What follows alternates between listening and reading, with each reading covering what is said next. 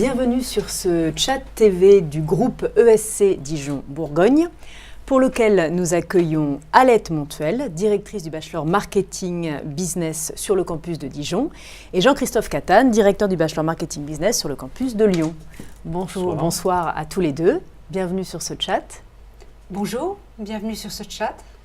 Alors, si vous êtes prêts, on répond tout de suite à un premier internaute qui sera Marco, qui voudrait savoir quel est le type de questions que le jury a l'habitude de poser aux candidats.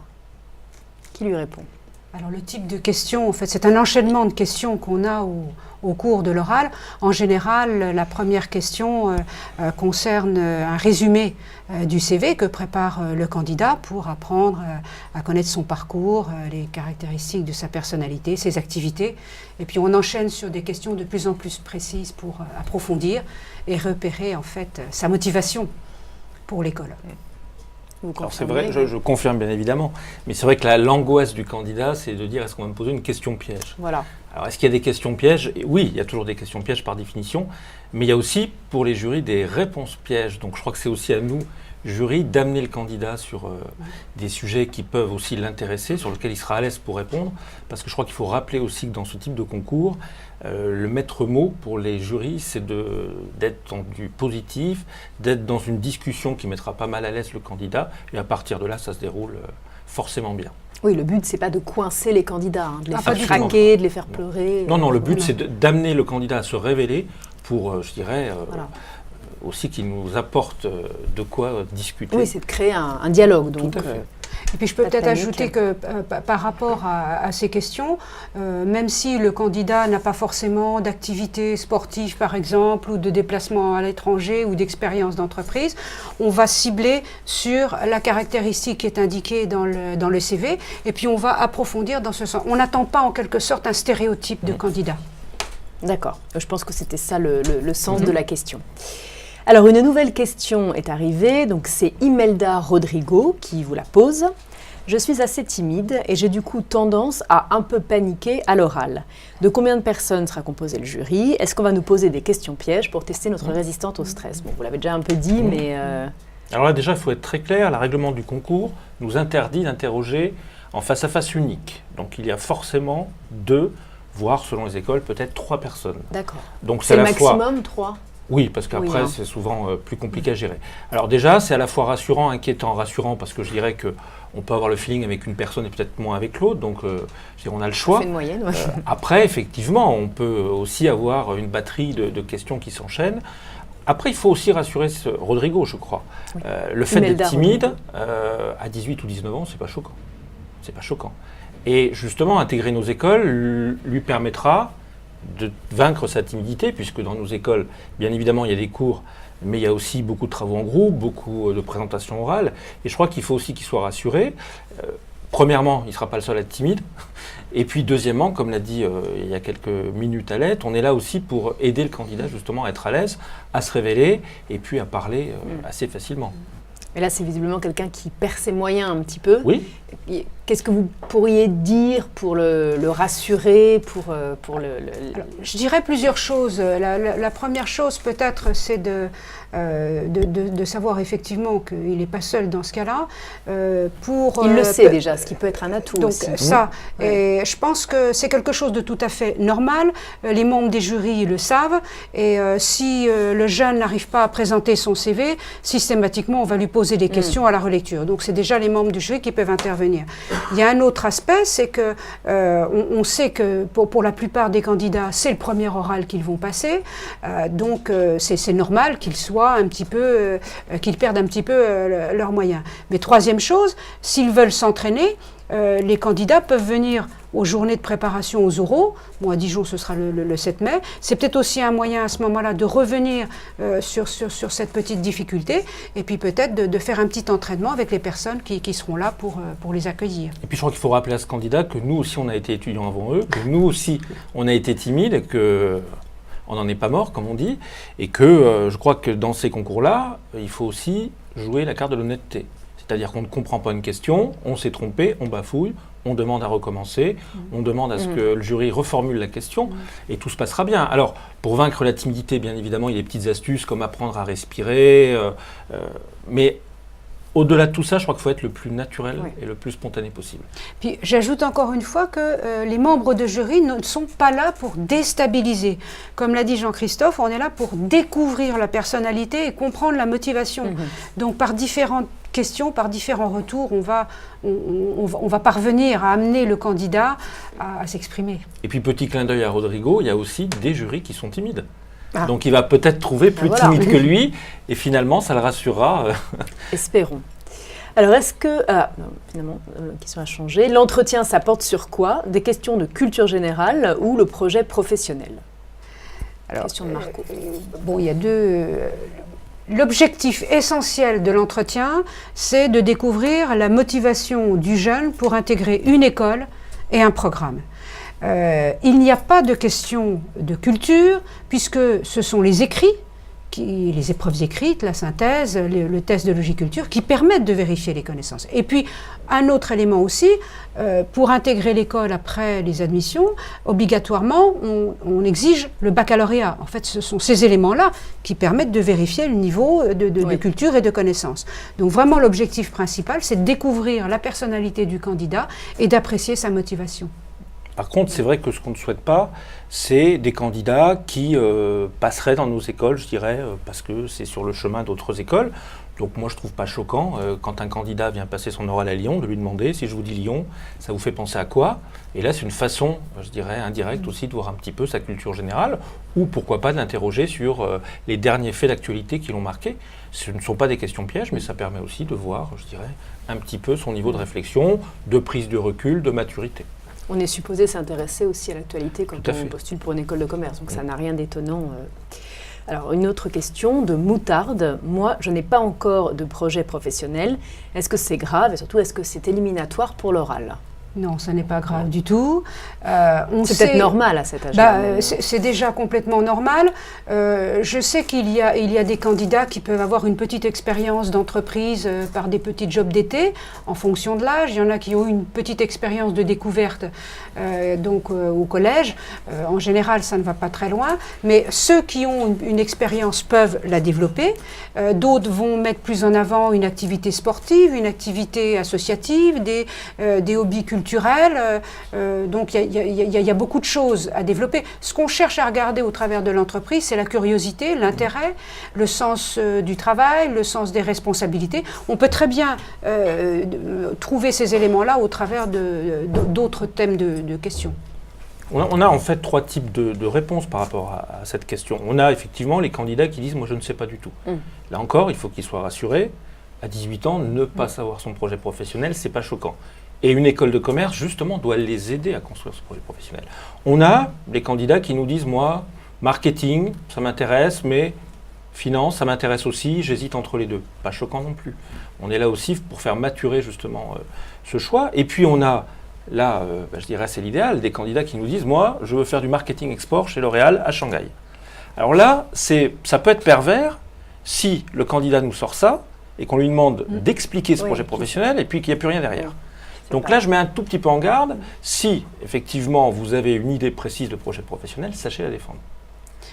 J'ai deux autres exemples aussi qui me viennent à l'idée pour compléter. Le premier, c'est un jeune qui aura fait, par exemple, une classe européenne et qui sera très fort en anglais et qui veut venir dans nos programmes à Dijon ou à Lyon pour suivre une filière anglophone. Donc ça peut être un premier point de départ. Alors, le candidat n'aura peut-être pas un projet très développé à l'international, mais on va partir de là. C'est déjà pour nous un élément de motivation important. Et puis, il y a l'autre caractéristique, l'autre type de candidat qui aura la caractéristique de dire ben non, je n'ai pas de projet professionnel, mais qui peut dire par exemple ce qui m'intéresse dans votre école, c'est les stages, ou c'est une filière apprentissage comme à Dijon, où je vais pouvoir tester une entreprise, un secteur d'activité, et puis là je vais peaufiner mon projet. D'accord. Alors, Mélinda vous demande s'il y a un oral de LV2 pour le concours Atout plus 3. Non, il y a oral d'anglais. Obligatoire. Obligatoire, voilà. Alors, je pense que ça la LV2 n'est présente qu'à l'écrit. Voilà. Ensuite, c'est anglais uniquement. Question de Libellule95, donc qui rebondit sur l'entretien en anglais en disant que l'entretien en anglais lui fait peur, qu'elle n'a pas eu de très bonnes notes cette année, elle ne voudrait pas que ça la pénalise à l'oral. Est-ce que c'est vraiment important pour rentrer à l'ESC Dijon et est-ce qu'on a une mise à niveau en première année ? Alors, il y a en fait plusieurs interrogations dans ce message. La première chose, c'est que à l'oral, il y a une épreuve d'anglais, une épreuve de niveau d'anglais à partir d'un texte et d'un questionnement relativement classique. Donc, le jeune va répondre comme il le pourra, sachant que le résultat du concours prend en compte les notes des écrits, les notes des oraux. On peut avoir une note moins bonne en anglais, une note plus élevée à l'entretien, on peut capitaliser sur les écrits. Au final, c'est la moyenne de la totalité des épreuves qui compte. Autre chose également, c'est que par rapport aux oraux, je pense qu'il ne faut pas forcément avoir peur d'une épreuve d'anglais, puisqu'on sait que tous les jeunes viennent de classes de terminale, et en général, les épreuves sont calquées sur des examens oraux qu'ils ont l'habitude de passer. Mais elle a dit qu'elle a eu des mauvaises notes pendant l'année en anglais. Bon. Elle peut peut-être réviser au dernier moment, reprendre quelques exemples et puis s'entraîner avec quelqu'un. Je crois que ça aussi, c'est une... Et il y aura une mise à niveau la première année, c'est la deuxième partie de la question, pour ceux qui vraiment Alors, il y a deux choses. Sont perdus. Encore une fois, je répète, ils peuvent venir aux préparations, puisque aux préparations à l'oral, il y aura préparation à l'entretien et préparation à l'oral d'anglais. Quand les jeunes sont admis après le concours sur le groupe ESC Dijon-Bourgogne pour le programme Bachelor, ils vont choisir le campus de Dijon ou le campus de Lyon et ils vont choisir filière francophone et filière anglophone. Bon, bien évidemment, à la rentrée, il n'y a pas de mise à niveau, mais on va vérifier que ceux qui postulent sur la filière anglophone ont eu des notes relativement satisfaisantes au lycée et au baccalauréat. Et puis, ce que je peux ajouter aussi, c'est que sur les cours de langue, que ce soit en anglais ou sur les cours de LV2 qui sont obligatoires, on fait passer des tests à la rentrée pour positionner les jeunes dans des groupes de niveau. D'accord. Effectivement, la filière francophone qui est à Dijon ou à Lyon est une filière dans laquelle, du premier jour de première année au dernier jour de troisième année, tous les cours sont 100% donc en anglais. Donc, filière anglophone. Anglophone, autant pour moi. Donc ça, c'est important quand même de le préciser, mais je crois aussi qu'il faut rassurer les lycéens, parce qu'effectivement, l'apprentissage de la langue est souvent différent dans le supérieur que dans le secondaire. Donc on peut tout à fait se révéler avec un niveau moyen dans nos écoles, parce que les méthodes de travail sont différentes, parce que le travail qui est demandé aux étudiants, notamment je parlais tout à l'heure des présentations orales, faire une présentation orale en anglais, c'est un exercice qui peut paraître compliqué a priori, mais qui souvent permet de progresser très très rapidement. Parce qu'on est au contact avec des étudiants étrangers aussi. Tout à fait. Voilà. Et des enseignants, également, je dirais, étrangers. Qu'on peut aussi partir dans le pays, tout ça, c'est des occasions de pratiquer la langue qui peuvent faire la différence. Tout à fait. Alors j'ai vu aussi des jeunes qui sont admis au mois de juillet et qui arrivent au séminaire de rentrée. Il y a une semaine au cours de laquelle les jeunes peuvent nous reposer des questions pour vérifier, pour les rassurer ou pour vérifier ou pour changer de filière éventuellement si c'est trop difficile. Très bien. Alors, Fabien voudrait savoir comment se démarquer des autres candidats. Ah, ça c'est... Si tout le monde le fait, du coup, personne Alors, va se démarquer, c'est un problème. Ne pas s'imaginer qu'on est le meilleur. Ouais. Ça, c'est très important. L'humilité, ça fait partie des grandes valeurs, je dirais, dans nos écoles, et particulièrement à Dijon. Je disais tout à l'heure l'honnêteté, l'humilité. Donc, c'est intéressant parce qu'à l'oral, on a souvent l'impression qu'il faut cacher sa timidité, son manque d'assurance. En fait, pas forcément. Non. Par principe, parce que les jurys ont l'habitude de faire du recrutement et qu'ils le verront tout de suite. Oui. Donc je dirais à partir de là, il faut, comme on dit, chasser le naturel, il revient au galop, ça c'est important. Mais pour se démarquer, il faut d'abord bien connaître sa propre histoire, bien se connaître. Ça c'est très important, parce que bien se connaître, ça veut dire aussi, je dirais, connaître sa personnalité. À partir de là, appuyer sur les points qui peuvent intéresser le jury. Il y a quelque temps, j'ai fait telle rencontre, où je suis allé dans tel pays, où j'ai lu tel livre, etc., où je m'intéresse à tel art, ça peut être les arts plastiques. Bon, ça c'est important parce que c'est des points qui vont nous permettre, nous, effectivement, de mieux connaître le candidat à travers sa personnalité et indirectement de voir aussi sa motivation et puis, je dirais, son potentiel d'évolution dans notre école et puis plus tard. Mais effectivement, surtout, ne pas... Le candidat par excellence, à mon avis, qui serait le mauvais profil, c'est celui, à toutes les phrases, qui dirait « moi, je ». Hein, ça, à 18 ans, on peut même dire que ça serait même surprenant, voire insupportable pour un jury. Et je peux ajouter qu'un autre mot, puisque Jean-Christophe parlait de naturel, moi ce que je voudrais surtout c'est de l'authenticité, pour 2 raisons. Le jeune va s'engager pour 3 années d'études sur des projets divers, variés et très intéressants. Il faut qu'il puisse s'enrichir, se développer au cours de ces 3 ans. Si au départ il n'est pas authentique, on aura du mal nous aussi à l'encadrer, à lui donner la meilleure filière, le meilleur suivi.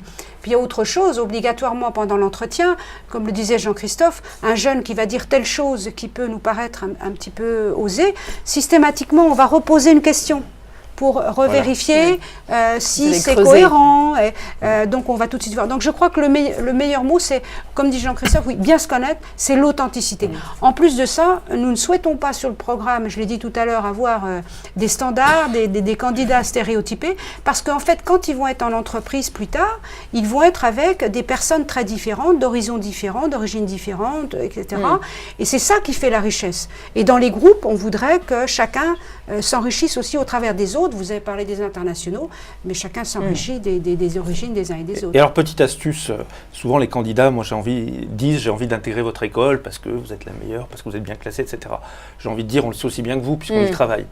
La question qui peut être intéressante pour nous jurys, c'est de lui dire, si toi, alors c'était Fabien je crois, si toi Fabien, tu intègres notre école, quelle va être ta valeur ajoutée, qu'est-ce que tu vas apporter à l'école?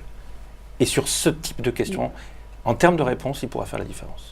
Il pourra dire, ben voilà, moi, pourquoi pas, je suis toujours de bonne humeur et je mettrai ma bonne humeur, je dirais, au quotidien dans l'école, ou moi, je suis déjà dans des activités associatives et je souhaite continuer, ou moi, je sais pas, je fais de la musique et je souhaiterais montrer un groupe de musique, ou je suis plutôt leader, donc, etc., etc.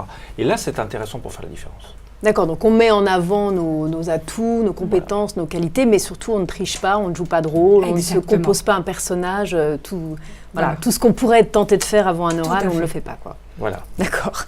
Alors, une question maintenant de Lucille. Combien d'étudiants prenez-vous à l'issue des oraux? Et ce sont des promos de combien d'étudiants? Alors sur le campus de Dijon, on a 140 places d'ouvertes. La taille globale des promotions, c'est une centaine depuis quelques années, puisqu'on veut rester à taille humaine. Et on veut plutôt des petites promos. Et ça nous permet d'avoir des groupes de fonctionnement d'une trentaine d'élèves. Comme ce sont des formations nouvelles par rapport au lycée, c'est la taille idéale pour que chaque jeune puisse trouver sa place et le moyen de développer ses compétences. Voilà, et sur Lyon, donc 40 places au concours, puisque nous ne proposons pour l'instant que la filière anglophone. Donc on est sur, je dirais, effectivement un groupe un petit peu plus restreint qu'à Dijon. D'accord. Alors, Julien voudrait savoir si on a les mêmes chances quand on est issu d'une filière techno. Chacun a sa chance. Déjà, de fait, le concours est ouvert à toutes les séries du bac. Et je pense que justement, que ce soit une filière ESS ou techno, chacun va avoir une compétence particulière par rapport à la série, à la formation qu'il a suivie. Et c'est peut-être ça qu'il faut mettre en avant. Parce que par exemple, quelqu'un qui vient de techno aura une compréhension concrète du fonctionnement d'une organisation. Il aura peut-être des aptitudes à prendre des décisions, à inventer, à monter un projet. Et c'est peut-être ça qu'il peut mettre en avant au travers des disciplines qu'il aura travaillées. Et puis, on est dans le cadre d'un concours, pas d'un examen. Donc, il faut aussi rassurer ce candidat et lui dire que, au niveau de l'oral, les membres du jury n'ont pas eu accès à ces notes d'écrit. Oui, donc personne ne sait qu'il vient de techno. Tout à fait. Alors il peut le dire, effectivement, s'en servir comme un atout, mais je crois qu'il ne faut pas non plus minimiser ces sections qui sont tout à fait intéressantes. En tout cas, il ne sera pas accueilli par un a priori négatif parce qu'il vient de techno, puisque vous ne savez pas qu'il vient de techno, et de toute façon, vous n'avez pas d'accueil. Et même s'il le dit, je dirais, aucun a priori, bien au contraire.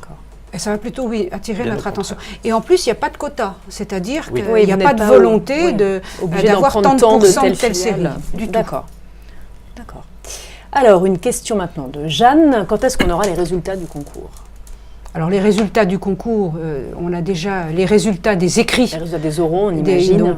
Qui vont avoir lieu la semaine prochaine. Et puis les résultats globaux du concours, y compris les oraux. Les dates sont indiquées sur le site Atout+3, et c'est après ces dates de résultats des oraux, donc sur APB, qu'ils pourront faire leurs vœux, leur classement, pour ensuite être affectés. Résultats, bien évidemment, qui seront validés avec le bac. Bien sûr. Donc la prochaine étape, c'est l'admissibilité la semaine prochaine. Exactement. Voilà. Chaque chose en son temps. Déjà être admissible, après on verra. Alors, quelle est la spécificité du bachelor de Dijon ? Demande Maria. Alors, la spécificité du bachelor de Dijon, comme son nom l'indique, on est marketing et business. L'objectif, c'est d'offrir une formation très généraliste sur tous les fondements du management, avec beaucoup d'ouverture sur le monde, l'environnement économique, l'organisation de l'entreprise, et aussi une grosse part de sensibilisation à l'international. Et c'est vrai que, historiquement parlant, et par le biais des relations que nous avons avec les entreprises pour les stages et les projets, on a une très forte connotation vente et marketing, et ça correspond aussi à la demande des entreprises qui sont intéressées par nos diplômés. Et puis bien évidemment un deuxième site sous forme de clin d'œil dans la deuxième ville de France, ce qui n'est pas inintéressant pour des candidats qui voudraient, je dirais, être dans un environnement économique tout à fait intéressant. Très bien. Alors, Tricia vient d'une filière scientifique et pourtant voudrait faire du marketing. Est-ce un désavantage ou un frein ? Il n'y a ni l'un ni l'autre. Voilà, parce que en fait, si elle vient d'une série, elle a des qualités qu'elle a acquises par rapport à la structure d'esprit, la manière de raisonner, peut-être sa culture générale. Et en fait, tous les aspects pratiques du marketing, elle va les décrire au travers des fondamentaux, au travers des cours un peu plus techniques sur les méthodes de vente, la négociation, et puis tout ceci au travers des 3 années.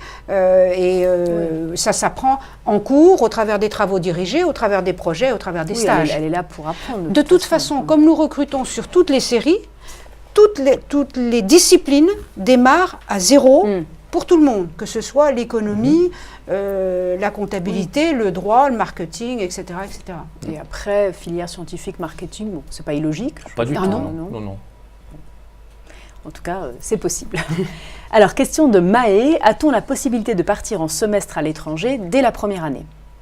Pas dès la première année, puisque les parcours internationaux en expatriation se font sur la 3e année. Et les jeunes peuvent partir soit un semestre, soit une année. D'accord, uniquement la 3e année. Uniquement la 3e année. Par contre, en première année, comme en 2e année, comme en 3e année, il y a des stages, qui peuvent être 3 mois, qui peuvent être faits en France ou à l'étranger. Au choix. Oui. Rien n'est imposé, Non. même dans la filière anglophone. En général, dans la filière anglophone, je dirais que les étudiants choisissent d'eux-mêmes plutôt un stage à l'international. Oui, mais s'ils voulaient le faire en France, tout à fait. Il n'y a aucune obligation. D'accord. Oui. Alors, on reste sur les séjours à l'étranger avec une question de Fab. Vous avez des accords avec quelle école ou quelles universités étrangères ?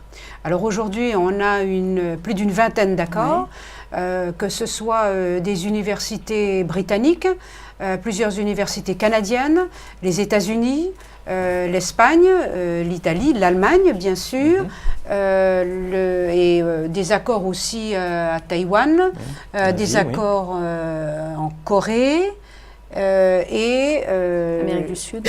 Comment ? L'Amérique du Sud. Mexique. Mexique, oui. Autriche. Forcément, oui. Autriche.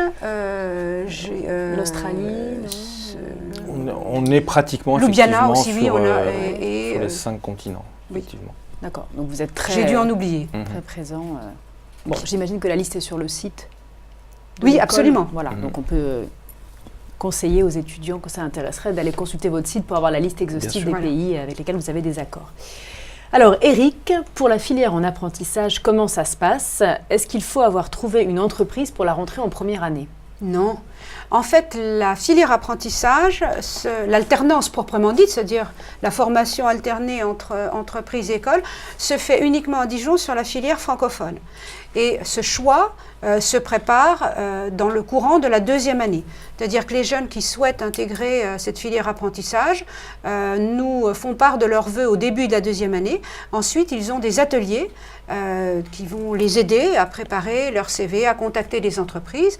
Et comme nous avons beaucoup d'expérience en la matière au niveau du groupe ESC Dijon-Bourgogne, et nous avons un département relations entreprises qui est là aussi pour les accompagner et qui offre naturellement les propositions des offres des entreprises, enfin qui présentent des offres des entreprises et qui permet aux jeunes d'utiliser les ressources de l'école.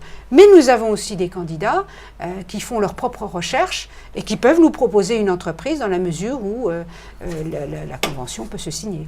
D'accord. Alors, on reste un petit peu sur ce sujet avec Paolo Laos.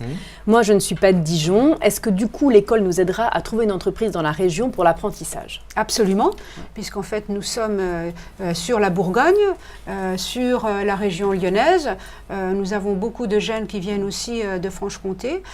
Donc, notre service relations entreprises a noué des relations sur l'ensemble du territoire français, également à l'international. Mais enfin, pour l'apprentissage, c'est quand même plus pratique d'être près du lieu de l'école. Et c'est vrai que l'avantage du groupe, c'est qu'on a une école qui a plus de 110 ans et nous avons un réseau de diplômés extrêmement important qui sont très actifs pour nous faire des offres de stage et d'apprentissage. Et un tissu industriel régional assez dense, sur lequel vous pouvez vous appuyer, ce qui n'est pas négligeable. Vous êtes une des plus vieilles ESC, non ? Oui. C'est ça, Dijon, pas mal d'ancienneté, donc le réseau qui va avec. Voilà. Alors, question de Franck. Je suis intéressée par votre filière artiste et sportif. Est-ce que vous pouvez m'en dire plus sur le programme et sur le rythme de travail ? Alors, cette filière artiste sportif est destinée à des jeunes qui ont donc des entraînements, des compétitions, ou alors des répétitions, des spectacles à préparer. Donc, le principe, déjà, c'est qu'au plan concret, dans le planning des cours, les cours commencent plus tard le matin et finissent plus tôt le soir. Dans le cadre des études, les jeunes peuvent suivre un module complémentaire supplémentaire en première année, en deuxième année, en troisième année, sur le management, la communication, etc., mais adapté au sport et aux artistes. Et puis, dernier aspect, les jeunes qui ont par exemple des stages d'été ou qui ont des séminaires culturels, on peut valider ces stages comme période de stage, voire même comme projet, dans le courant de l'année. C'est-à-dire qu'au lieu de faire un projet avec les camarades, on peut valider, sur présentation d'un dossier, ces éléments-là. D'accord. Et on peut représenter n'importe quel sport, n'importe quelle discipline artistique. Ah oui, il n'y a pas de... Oui.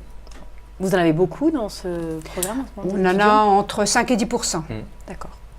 Alors, Anna s'interroge, pourquoi avoir regroupé dans une même filière les artistes et les sportifs ? Pourquoi pas avoir fait distinction entre art et sport ? Pourquoi vous les avez regroupés ? Tout simplement parce que, j'aurais deux réponses. Il y avait déjà des contraintes de pratique du sport ou des arts qui fait que c'est très chargé pour un jeune et on voudrait qu'il continue à être riche de ces deux expériences. Donc le premier élément, c'est de bien répartir les activités.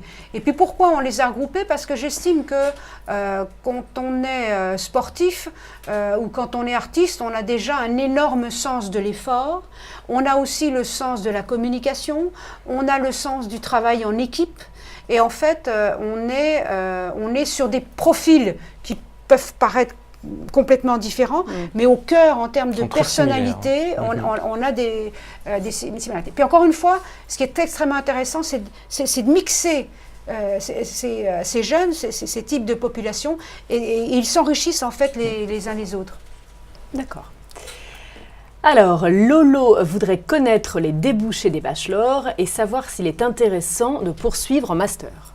Ça, c'est toujours l'éternelle question, parce que si on dit que c'est forcément important de continuer, on va dire que le bachelor finalement ne sert plus à grand chose. C'est ça. Alors là, il faut être très clair là-dessus. Le bachelor, je dirais, a un énorme atout, c'est qu'il prépare aussi bien au marché du travail, avec un positionnement intermédiaire qui est de plus en plus recherché par les entreprises. C'est le positionnement middle manager, que ce soit en petite, en grande entreprise, que ce soit les fonctions marketing, des fonctions comptables, finances, des fonctions ressources humaines, que ce soit en France, en Europe ou à l'autre bout du monde, mais permet aussi, je dirais, d'intégrer un master dans d'excellentes conditions, puisque souvent les étudiants nous disent le bachelor c'est un mini-master. Alors c'est pas du tout dévalorisant pour le bachelor, mais je dirais que effectivement on s'aperçoit quand on regarde les statistiques sur Dijon que tous nos étudiants de bachelor qui continuent en master ont réussi les concours d'entrée dans ce type de formation, notamment le concours passerelle dans lequel nous sommes sur le programme Grande École sur Dijon. Et pour ceux qui veulent trouver un emploi à la sortie au moment où ils obtiennent le diplôme, ils ont d'une part les fondamentaux du management, ils ont un approfondissement en marketing et en vente, ils ont une spécialisation en 3e année, donc en français c'est management et développement commercial, en anglais on sera sur International Business Management. Ces éléments du programme correspondent à des objectifs d'acquisition de compétences qui ont été construites en liaison avec les offres des entreprises. Et nous avons sur nos bassins, que ce soit dans le Lyonnais, le Dijonnais, la Bourgogne et la Franche-Comté, nous avons beaucoup de PME et PMI qui sont exportatrices ou importatrices et qui sont intéressées par nos profils parce qu'ils sont niveau middle management et que ce sont aussi des jeunes qui sont relativement opérationnels parce qu'ils ont fait des stages et des projets. Voilà. Je crois qu'il faut rappeler aussi que suite aux accords de Bologne, le bachelor est aujourd'hui le premier niveau de reconnaissance d'un diplôme à l'international. Ce qui veut dire que nos étudiants peuvent sans problème aller travailler à l'étranger s'ils le souhaitent après leur bachelor, parce que leur diplôme, je dirais, est bien calibré en termes de reconnaissance. D'accord. Alors là, vous venez de parler des entreprises locales qui étaient friandes de diplômés de votre école, mais qu'en est-il des entreprises internationales? C'est une question de Tristan qui veut savoir si vous avez des débouchés vers l'international. Bien sûr. Oui, parce qu'en fait... Est-ce que vous placez vos diplômés partout dans le monde? Partout. Comment ça se passe? On a des entreprises qui vont chercher, par exemple, au départ, des super commerciaux qui vont être donc formés sur le terrain très rapidement et envoyés dans des agences à l'international. Pourquoi? Parce qu'ils parlent anglais, parce qu'ils maîtrisent une deuxième langue. Voire une troisième. Voire une troisième, puisque c'est possible sur nos 2 campus. Et l'autre aspect à l'international, c'est que les jeunes souvent font des stages qui peuvent déboucher sur des recherches, des opportunités. Ils ont des contacts avec, comme je le disais tout à l'heure, l'association, le réseau des diplômés, et tout ça fait qu'ils sont sensibilisés. Bien évidemment, ceux qui font un semestre à l'international en 3e année ou une année, obligatoirement, ils ont envie de retourner et de ils même... ont un pied dedans. Voilà. Très bien. Alors, Ibou, c'est son pseudo, demande si on peut se spécialiser dès la première année. Non, pas dès la première année. Non, en général, ça se fait... ça se fait sur la 3e année. Troisième année. Ça serait un petit peu jeune, je dirais, d'envisager une spécialisation dès la première année. Il vaut mieux toucher un on petit reste peu à quand tout, même, je dirais, dans nos bachelors, dans des formations volontairement généralistes, ça c'est très clair, même si effectivement, en dernière année, il y a des spécialisations, mais la spécialisation, en termes de volumétrie horaire, reste quand même minoritaire. C'est plutôt un approfondissement. Voilà. D'accord. Alors, je vais dire quand même quelque chose pour ces jeunes qui ont un projet professionnel et qui veulent, dès le début, qui savent qu'ils veulent faire, on avait parlé de marketing, par exemple marketing international tout à l'heure, ces jeunes qui ont un projet bien défini, ils peuvent le tester sur différents secteurs d'activité au travers des stages. C'est-à-dire qu'ils vont rester dans le même domaine du marketing ou de la gestion, etc. Et ils vont choisir, par exemple, 3 entreprises de 3 secteurs différents ou 3 entreprises de tailles différentes et ils vont compléter leur CV au fur et à mesure avec ces expériences. D'accord. Alors, est-ce que les premières années ont un tronc commun et qui apprend-on? Question de Vanessa. Vaste question. Alors, les cours de première année ou de deuxième année ne sont que des troncs communs. Donc identiques pour tout le monde. Les mêmes pour tout le monde. Les mêmes pour tout le monde. La seule différence, c'est que quand on est en filière anglophone, c'est en anglais, et quand on est en filière francophone, c'est en français. Et le contenu du cours est le même. Est le même. Sauf, effectivement, on l'a dit, les langues vivantes. Bon, la première langue, forcément l'anglais. Deuxième et troisième langue vivante, là, permettent effectivement de faire des choix. Mais il n'y a que du tronc commun, effectivement. Donc, en première année, les fondamentaux, Mhm. j'avais dit tout au début, l'économie, le droit, la comptabilité, l'organisation de l'entreprise et les langues. En deuxième année, on va plus faire un enseignement sur les grandes fonctions de l'entreprise, contrôle de gestion, marketing, études de marché, analyse financière, et puis donc, différents modules aussi de développement personnel sur la première, deuxième année. Et puis troisième année, on va plus toucher le chapeau de l'entreprise, la stratégie, les nouveaux développements des entreprises d'aujourd'hui, que ce soit avec, par exemple, comptabilité internationale, e-business ou d'autres, marketing international aussi, et j'en passe. Alors, quel est le niveau requis pour la filière tout en anglais? Niveau d'anglais, j'imagine. Niveau d'anglais ? Elisabeth. Alors là aussi, il faut démystifier, on n'a pas que des jeunes qui sont bilingues en entrant.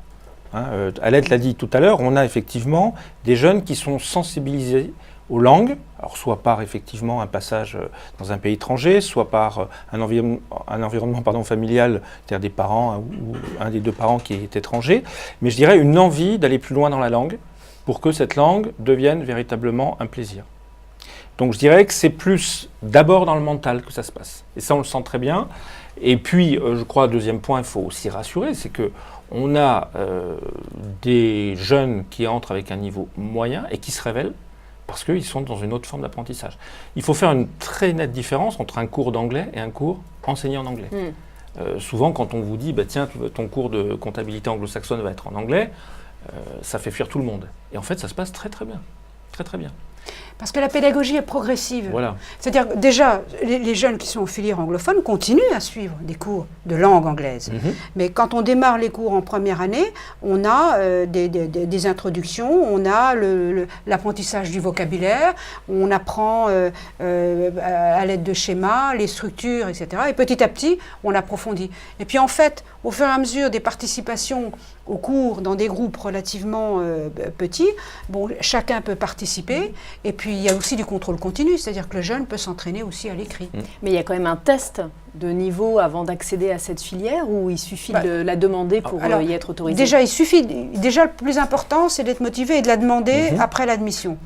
Après, comme je l'avais dit tout à l'heure, on va vérifier quand même la note obtenue au bac, la note obtenue au concours, et on a encore des tests à la rentrée qui nous permettent de placer les élèves en fonction de leur niveau pour les cours de langue anglaise ou de LV2. Donc tous ces éléments font qu'à la rentrée, nous on regarde les affectations sur les groupes, on va vérifier, ou un jeune qui a un doute, on a une semaine d'accueil et là, on ajuste éventuellement. Mais si ça peut rassurer effectivement notre auditeur, que ce soit à Dijon ou à Lyon, il n'y a pas des gens qui, au bout de 3 mois, ont basculé d'anglo en franco parce qu'ils ne suivaient pas. Ils n'avaient pas le niveau. Non, du tout. D'accord. Quand on y est, on y reste. On y reste parce que d'abord on s'y sent bien, ça se passe bien, et parce qu'effectivement on est capable de suivre sans grand problème. Alors, peut-on passer les 3 ans à l'international? Question d'Éric. Jean-Christophe. Non, puisqu'on l'a dit, sauf... je dirais, si on fait déjà ces 3 stages à l'étranger, et sauf effectivement si en 3e année on choisit un semestre, voire une année d'études complètes pour avoir le double diplôme. Mais les 3 ans entièrement à l'étranger, aujourd'hui ne serait pas possible puisque notre diplôme est un diplôme d'abord français avec le visa et que le ministère ne nous autoriserait pas à expatrier, si j'ose dire, nos étudiants à 100% à l'étranger. Alors la connotation complètement internationale, on peut la trouver au travers de la filière anglophone sur les 3 ans, et puis stage à l'international, première, deuxième, et puis parcours international, 3e année. D'accord. Mais on est quand même obligé de passer du temps à Dijon ou à Lyon. Oui, oui. Mais c'est pas, je vous rassure, c'est pas du tout c'est pas l'horreur, un problème. Non, c'est pas l'horreur. Je crois pas. Alors, question de Lucia. Je suis bilingue en espagnol. Comment mettre en avant cet atout dans vos filières anglophones? Déjà par sa 2e langue vivante espagnole, ce qui est le cas parmi nos étudiants. On peut aussi imaginer que cette candidate fasse l'intégralité de ses stages dans un pays, je dirais, dont la langue est l'espagnol. Ça peut être tout à fait l'Espagne, mais aussi l'Amérique du Sud. Donc là, c'est un élément de réponse, je crois, tout à fait intéressant. D'accord. Alors, y a-t-il un accompagnement personnalisé tout au long de la formation? Oui, de différentes manières. Le premier accompagnement, ce sont déjà les modules de cours qui concernent le développement personnel, à l'écrit, à l'oral, en travail collectif. Par exemple, sur les stages, on a un tutorat pour les élèves qui sont en stage, qui permet de les guider, de répondre à leurs questions, de les aider en cas de difficulté. Et puis on a bien évidemment toute la structure des services du groupe ESC Dijon-Bourgogne, que ce soit les relations entreprises pour les recherches de stage ou d'apprentissage. On a les relations internationales qui sont là pour développer les projets de parcours internationaux. Et puis on a toute l'équipe des programmes, que ce soit à Dijon ou à Lyon, avec nous-mêmes et les équipes qui sont en permanence à disposition des élèves. On fait un bout de chemin avec nos étudiants. Et je crois que notre réussite, c'est d'abord passe par la leur. Et je crois que c'est important, effectivement, alors aussi peut-être de redire, parce qu'on pourrait déformer nos propos, mais l'accompagnement, ce n'est pas le flicage des étudiants, c'est très différent. L'accompagnement, pour moi, c'est très positif. Mais on a aussi une demande de la part de ces étudiants en disant, voilà, conseillez-moi au niveau d'un stage, conseillez-moi au niveau d'une option, voire d'une langue, voire de la poursuite d'études. Et je crois qu'on est là aussi, effectivement, pour leur donner des réponses à leurs questions. C'est du conseil. C'est du conseil sans, et c'est très important de le rappeler aussi, comme disait Alette, sans les mettre dans un moule, parce qu'il n'y a pas un monoprofil aujourd'hui parmi nos étudiants. Alors nous sommes permanents, chacun de notre côté à Dijon et Lyon, et tout ceci se fait sur rendez-vous. Très bien. Et entretien individuel, donc. Parfait. Alors, pouvez-vous nous en dire un peu plus sur la vie associative au sein de l'ESC Dijon? Une question de Bruno. Alors déjà, le nombre des associations au niveau du groupe est très important, que ce soit les associations sportives, culturelles, ludiques, on va dire, ludiques, junior entreprises, voilà. Etc. Donc elles sont accessibles à tous les élèves du programme bachelor. Leur choix est libre. On a aussi des associations pour les contacts avec les étudiants internationaux qui sont sur le campus. Et donc très varié et tout à fait accessible. Mais c'est un choix personnel du jeune. Donc, et ils ont une information sur le fonctionnement de ces associations dès la rentrée lors de la semaine d'accueil. Très bien. Alors une question pour terminer de Loulou. Est-ce que Dijon, c'est sympa? C'est Lyon qui répond? Moi, ça ne me dérange pas de répondre dans la mesure où je suis très souvent à Dijon et que je dirais que Dijon est effectivement une ville qui est très sympa parce que d'abord, elle est un petit peu méconnue. Et je pense que quelque chose qui est un petit peu méconnu, on a envie de voir un petit peu ce qui s'y passe. Et il s'y passe plein de choses. Et effectivement, quand on voit le nombre de terrasses et la vie nocturne qui se passe, on s'aperçoit qu'il y a beaucoup d'étudiants, que ça soit déjà dans notre école, puisqu'il y en a plus de 1800, dans la ville, et qu'en plus c'est une ville qui est très facilement accessible, que ce soit de Paris, que ce soit effectivement de la Suisse, de Lyon, et c'est une ville qui véritablement mérite le détour. Dans une très belle région. Dans une très belle région. À découvrir. Voilà. Et Lyon alors, c'est sympa? Alors Lyon, moi j'aime beaucoup, même si je suis d'origine dijonnaise. Je voulais juste ajouter aussi sur Dijon, c'est une ville moyenne, avec beaucoup de facilité pour les transports et les logements, avec la gare TGV qui nous mène très rapidement, que ce soit à Dijon, Strasbourg, Genève, Lyon, etc. Je ne vais pas faire de comparaison, bien évidemment, entre Dijon et Lyon. Ce qui est intéressant à Lyon, c'est la localisation dans une ville extrêmement importante, des possibilités pour les stages qui sont très intéressantes de par les entreprises et les secteurs d'activité. Et on a aussi à Lyon un avantage énorme, c'est le fait que nous avons ouvert seulement la filière anglophone, ce qui permet un accompagnement pratiquement individualisé des élèves. Donc ils sont les bienvenus, ils sont chouchoutés, et puis on a de toute façon les mêmes cours qu'à Dijon, la même pédagogie. Et puis je rajouterais effectivement qu'il y a des connexions qui sont très importantes. Par exemple, au mois de janvier-février, nous avons un séminaire international qui concerne tous nos étudiants. Mes étudiants lyonnais ont partagé, je dirais, un certain nombre de cours en allant d'ailleurs à Dijon. Au niveau des gros événements, il y a effectivement des partages entre les deux promos. Ça, c'est quelque chose qui fonctionne bien. Et je crois que cette dynamique, effectivement, est tout à fait favorable au développement des deux métropoles. Très bien. Merci beaucoup à tous les deux. Merci un petit mot, une petite phrase de conclusion, peut-être? Ben moi, je remercie déjà tous ces jeunes candidats qui nous ont posé des questions très intéressantes. Et ça nous laisse percevoir qu'aux oraux, on aura certainement des profils très intéressants. Et puis, si vous êtes intéressés, ben, je vous donne rendez-vous le 7 mai pour une préparation aux épreuves orales. Donc, une préparation plus individualisée par rapport à ce qui avait eu lieu pour les écrits. Voilà, et puis n'ayez pas peur de ces oraux, on fera tout pour, je dirais, vous recevoir dans des conditions qui feront que votre passage sur Dijon ou sur Lyon, je peux vous l'assurer, sera véritablement mémorable et laissera des excellents souvenirs. Eh bien, merci beaucoup merci à, vous. À tous les deux. Et pour les internautes qui nous regardent, restez en ligne puisqu'on va accueillir dans un quart d'heure l'EM Normandie.